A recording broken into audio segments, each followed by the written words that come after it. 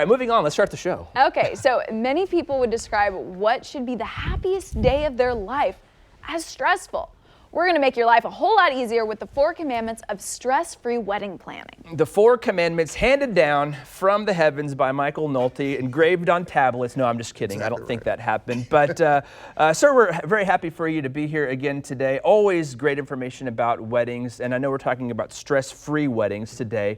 And I think one of the biggest topics is for brides, finding the perfect dress, because you have to say yes to the dress, and that can be a big stress raiser even before the wedding day, right?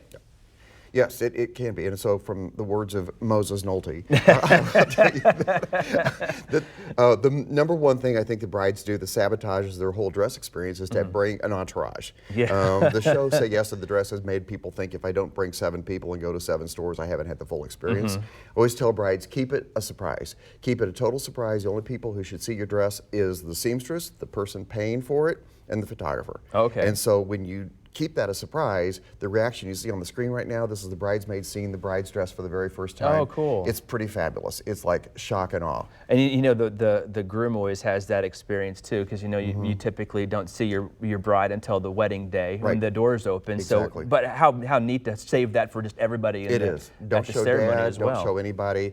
And just kind of think of yourself as a royal bride or a celebrity, and you know, everybody's anticipating, you know, what's she gonna wear, what's she gonna wear? Well, if a bride starts showing it to everybody and takes pictures of it and sends it to everybody, what's the surprise? Exactly. Let's talk about decorations for the reception and for the ceremony. Is DIY, I mean, that could be an easy way to do it. I know 13 years ago when we got married, you know, our funds weren't quite where they are like today. If we were to get married, you know, do things a little bit different. Right. What do you think? Well, I think people get the idea that, oh, would it be personalized if I did something of myself on this? Yeah. But the best part is to delegate. Delegate to professionals, delegate to experts, and trust them to do a good job. I always tell couples, and particularly parents, don't see the ceremony venue or the reception venue until you walk in. Okay. Again, save that surprise for yourself.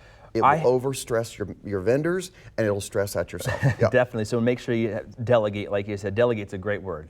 All right, pictures. I once had an old consultant tell me that you always should spend the most money on your photographer to make sure you have perfect pictures to remember your day. Is that true? You know, one of my degrees is in photojournalism, so I used to freelance as a wedding photographer all through college, which is sort of how I got into the business. I think great photography is very important. Yeah. But the piece about photography taking all day is ridiculous. Okay, yes. Again, hold the stress down by limiting your post-ceremony photo shoot to 20 minutes. And people go, well, how could you get good pictures in 20 minutes? You can if you're organized. And if you don't have a wedding coordinator here to help organize that, then appoint what I call a shepherd in the family that's going to round up all the loose sheep, because that really slows down the whole photo shoot if you're trying to fish somebody out of the restroom or the parking lot, and then the photo shoot takes over an hour. Or an all-day photo shoot where then the bridal party ends up getting sweaty, tired, maybe drunk before the cocktail hour. Are you pro taking like groomsmen pictures and bridesmaid pictures before the wedding and saving like a couple pictures for afterwards? Yeah, I'm not a fan of that first look concept at all. I'm a very authentic guy. I want my life to be genuine, I want my relationships to be genuine, I want my experiences to be genuine. So I think it's really cool when a bride and groom see each other from opposite ends of the aisle for the very first time. And having that and being able to capture that on camera too. It's so much fun to look back on. And then finally, kids. How do we incorporate kids? Should we, you know, as ring bearers, flower girls? Well, it's like, should we? If you could get out of it, don't. But I would say a minimum age is 4. If you have children under 4, you're just experiencing for sure perhaps a meltdown or a tantrum, which would be age appropriate for them. Of course. And with every little kid that you have in a wedding at the back of the church, you also have a mom. And the mom thinks the entire wedding has been planned around her darling. Oh yeah. So that slows down the photo shoot, sometimes slows down the processional. You never know to put them on the bus or anything like that. All right, now you're one of the least stressed people I know. You always seem to be very calm and relaxed. Has there been a situation? It's a thin veneer. Has there been a situation in your experiences where you've gotten a little bit stressed here? You know, I apologize at rehearsals that I'm directing in advance. I will say, tomorrow I will forget to say please and thank you. So let me tell you that. And so as we get toward wedding hour, I'm kind of like that cat on the edge of a branch just hanging on. But there were a few things that have caused me to even think, oh my gosh, this is a crisis. One of them was a beautiful wedding I did in Chesterfield a number of years ago.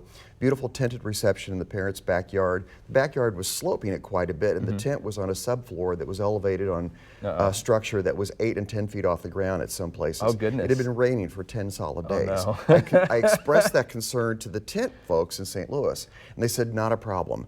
Well, they were wrong and I was right. And I had 432 guests walk into an elevated tent on a rain-soaked yard, and the tent started to collapse. Oh, my and goodness. The bottom of the floor buckled, and I had to evacuate 432 people without them thinking that this wasn't a part of the plan, and have them go stand on the driveway. Yeah. I had the tent folks come immediately with air jacks, and they pumped the tent floor back up, and they told me it was safe to bring people in.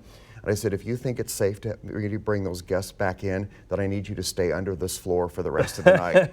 And they did. That sounds like it might have been a little bit stressful. That was a stressor. All right. Well, Michael, we appreciate you being here. Of course, we appreciate the tips to help keep our weddings as stress-free as possible. That's exactly what I'm here for. All Anytime. right.